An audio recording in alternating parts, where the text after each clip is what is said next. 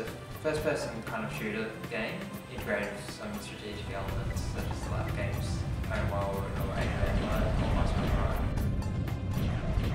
what we're hoping to develop is because this audience has two different kind of interests. One side of the audience would have interest in like games like Counter-Strike, where they just want to play for a few hours and like kill something. Fuck you, you fucker. Or just like move around in the world, like World of Warcraft. The other side of the audience we're targeting is the more intellectually minded, like they enjoy building an empire, then measuring the economy and infrastructure and trade and all that kind of thing. What we're hoping to find is ways we can interact those two audiences so they can work together to try and create a vibrant online world. Because for the moment, there's not many sci-fi games out there that have like space simulators and got an RPG element into it and have the empire kind of strategic elements into it as well.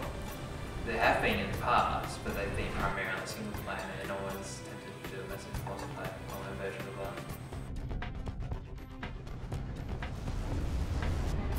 Well, Cerebrally is looking at doing a strategy and kind of RPG game combined. A lot of RPG games have a first person kind of view because players can look around in the world more specifically.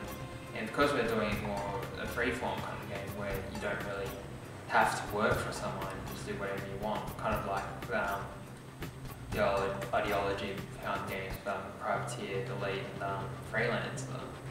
They can just go on a ship, go into a different galaxy or something, and walk around planets and just like have an interest in seeing different things. Touchscreen will definitely be more focused on library development because Windows 7 has particular touch sensitivity controls in it now, and the entire industry is going towards touchscreen panels. The different aspects of gaming change drastically. Like in a strategy map or something in combat, you can use your fingers to adjust the battlefield like scope, like your field of vision differently. Whereas on a first-person shooter, you can't really use first-person touch on the screen at least. It's an interesting question because first-person shooters generally are just one screen. You can't really play on dual screen because like a gun or the cursor of where you're looking, for example, would be split between two screens, so it makes it unplayable. If you do a triple screen though, it's in the middle, so it's kind of workable. But again, we have to look at the hardware what a typical user is going to have. They're not going to have triple screens to make it realistic. They might have dual screens. But what we might look at doing is having it so that the strategic elements of the game, like building the empire, stuff like that, you can split that across the different monitors for first person modes to just one. In the initial stages, like in the game, when you do a new game, you have the option of creating a character, like putting your name, the gender, the kind of creature type. You can kind of like, we're hoping to do something like Spore, where you can kind of generate your own creature using our procedural program language. But we're looking at doing like more of you select choices in your life, like from like now to adulthood. That affects your character. Like you get an option if you still like playground from someone that you know. If you didn't, that means you've got more of a kind nature. If you did, you'd have more of a like a kind of evil nature, so you're more drifting towards the military and the pirates rather than just the civilian kind of aspect of the class.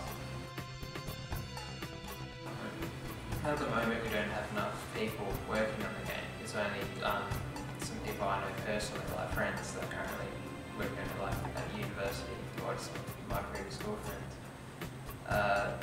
If we make an open source project, I reckon we'll be able to get some people in that way. But the problem with that is they're not full time.